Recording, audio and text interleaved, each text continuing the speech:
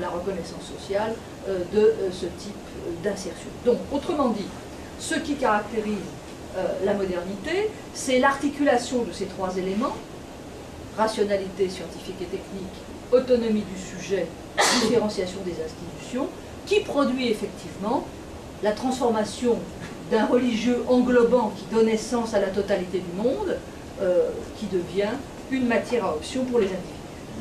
Ce dispositif d'analyse de la modernité a permis de conclure assez logiquement que, certes, il y avait encore de la croyance religieuse, mais que cette croyance était devenue extrêmement périphérique, en tout cas non discriminante dans les grands fonctionnements sociaux. On sait que ce paradigme de la perte religieuse des sociétés modernes a connu une révision extrêmement vigoureuse au tournant des années 70, 1970, fin des années 60, début des années 70. L'idée donc que la sécularisation signifiait la perte de la religion dans les sociétés modernes, ce paradigme a été sévèrement chahuté. Chahuté par quoi? Par une série d'observations qui ont en quelque sorte convergé dans ce moment des années 70 où la modernité triomphante, pour la première fois, doute véritablement d'elle. Les années 70, entre autres phénomènes culturels et sociaux qu'on peut repérer pour les caractériser, ces années 70 sont, et ça n'est pas une coïncidence, les années du premier choc pétrolier. Les années où, pour la première fois, l'idée d'une sorte de développement illimité des sociétés modernes est remise en question, et où on commence à interroger cette linéarité dans laquelle la modernité est représentée. En fait, les effets de cette révision sur la manière de concevoir la place du religieux avaient déjà été ébranlés. Elle avait été ébranlée notamment par les réflexions d'un certain nombre de gens, et au premier chef de Raymond Aron précisément, lorsqu'il remarquait la très grande proximité entre les grandes idéologies totalitaires du XXe siècle, nazisme et communisme, et les fonctions traditionnelles des systèmes religieux. En évoquant la possibilité que ces grandes visions du monde politique puissent être en réalité des religions séculières, il posa déjà le doigt sur le fait que cette élimination du religieux dans les sociétés modernes était à tout le moins sujette à caution. On sait aussi que dans les années 70, on observe de façon assez planétaire le retour du religieux sur la scène publique en différents lieux du monde, dans lesquels, néanmoins, on peut toujours conclure que ce n'est pas là que la modernité se trouve dans la pureté de sa réalisation. Quand la révolution islamique en Iran produit le choc hors tour que l'on sait de la religion, il est toujours possible de dire oui, mais ceci est en fait l'effet induit de la manière dont la sécularisation iranienne par le régime du Shah avait été totalement artificielle. En réalité, ceci n'était pas une vraie modernité. Même chose s'agissant de l'importance du phénomène religieux dans les grands mouvements qui ont provoqué la chute du mur de Berlin et le rôle qu'a pu jouer par exemple en Pologne le religieux. Il était toujours possible de dire oui, mais ce retour du religieux, attention, ça ne veut rien dire sur la modernité, c'est tout simplement parce que là on est devant une pseudo-modernité qui est une totalisation politique du social qui du même coup n'est pas authentiquement moderne, et de ce point de vue-là, le religieux sert en quelque sorte de véhicule d'une protestation politique qui n'a pas d'autre voie pour se dire. Même raisonnement s'agissant également de la place du religieux dans la chute des dictatures en Amérique latine à la fin des années 60. Bref, toute une série de raisons en un sens de tenir à distance ce phénomène, y compris dans les sociétés occidentales, où la question du religieux se pose à travers des phénomènes d'immigration, où il est toujours possible de dire oui, mais les populations concernées ne sont pas encore entrées véritablement dans la modernité. Tout le problème de l'intégration religieuse de l'intégration sociale de ces populations, étant précisément de se demander comment on allait les extirper de cette façon englobante encore de se rapporter aux religions. Avec le troisième élément qui, dans les années 70, vient converger et faire exploser le paradigme de la perte religieuse des sociétés modernes, il y a évidemment le fait que ces mêmes sociétés occidentales voient au même moment proliférer toute une série de mouvements qu'on a appelés plus ou moins opportunément nouveaux mouvements religieux, qu'on a pris dans un premier temps pour des phénomènes périphériques associés à une culture juvénile mal digérée. Ça fleurissait dans les campus américains, puis après ça a diffusé au Canada, en Europe, très progressivement. Oui, mais on sait aussi que ces nouveaux intérêts spirituels, ces nouveaux groupes religieux, à la fois à l'intérieur et à l'extérieur des grandes églises, se sont stabilisés et ont continué à développer des effets inattendus au regard de ce qu'on avait pu postuler d'une éviction du religieux dans les sociétés modernes. En tout cas, cette convergence de la réflexion sur les religions séculières, du retour du religieux sur la scène publique et de l'émergence et de la prolifération des nouveaux mouvements religieux a eu, en tout état de cause, un effet très important, c'est d'obliger à prendre sérieusement en compte le fait que la modernité séculière ne signifie pas la fin de la croyance. Et qu'en réalité, dans la manière qu'on avait eue jusque-là d'envisager la sécularisation, on avait pris l'arbre pour la forêt, c'est-à-dire pris, et notamment en Europe, et spécialement dans un pays comme la France, où cette sécularisation des pratiques est très avancée, on avait pris en quelque sorte l'effondrement du niveau des pratiques religieuses pour la fin de la croyance, alors qu'en réalité, la croyance pouvait parfaitement proliférer, mais précisément hors du contrôle des institutions religieuses. Cette prise de conscience des années 70 a donné lieu à une littérature surabondante sur le supposé retour du religieux. En réalité, il ne s'agissait pas de retour, il s'agissait tout simplement d'une nouvelle manière de mettre en scène le problème de la sécularisation à partir d'un nouveau paradigme qui n'est plus celui de la perte, mais qui est celui de l'individualisation et de la subjectivisation du croire. La modernité religieuse se caractérise certes par une mutation, enfin la modernité se caractérise par une mutation majeure du rapport au religieux, non pas sous la forme, comme on a pu le penser, d'une sorte d'éviction,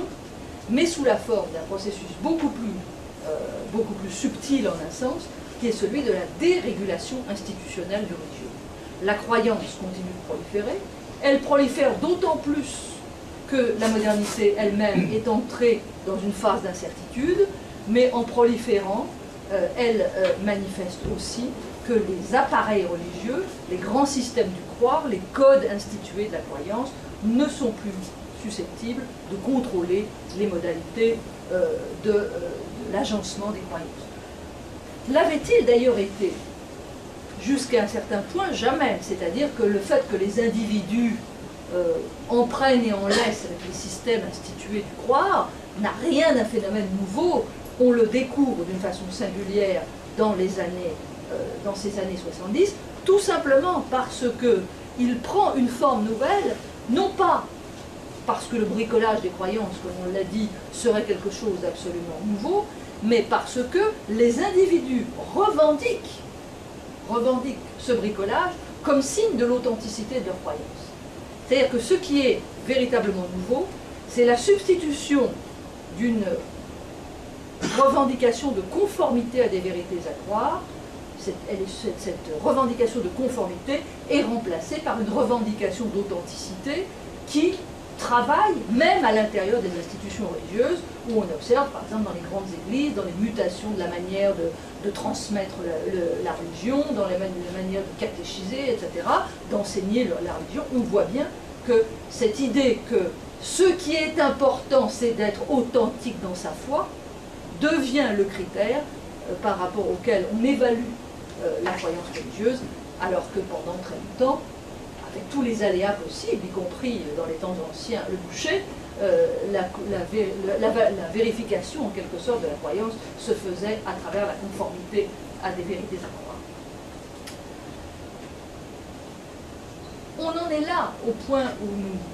nous trouvons, donc, de ce qui est de la sécularisation. Et nous arrivons alors, à ce moment-là,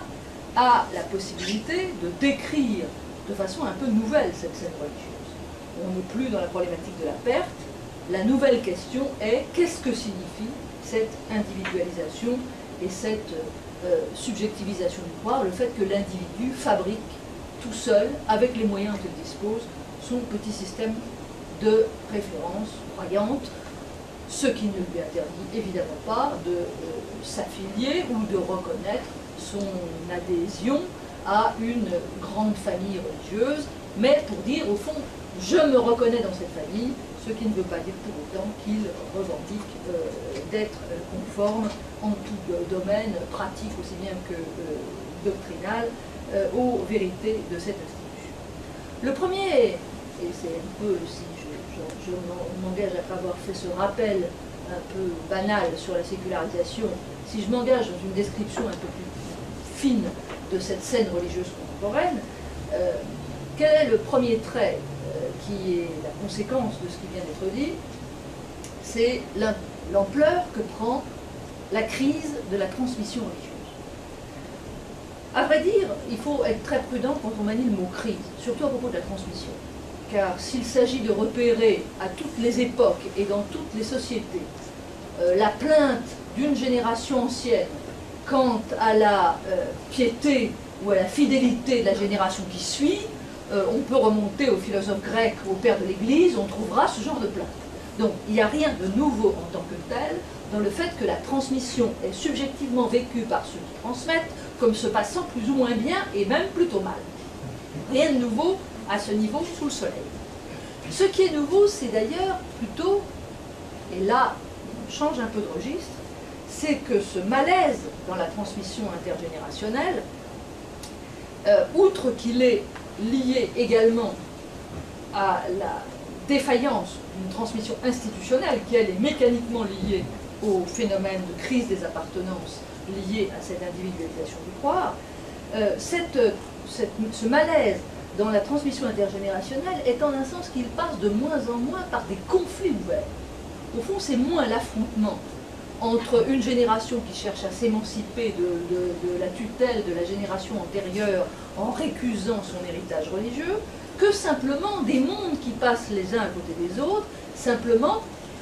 je n'entends plus ce que tu me dis. Et cette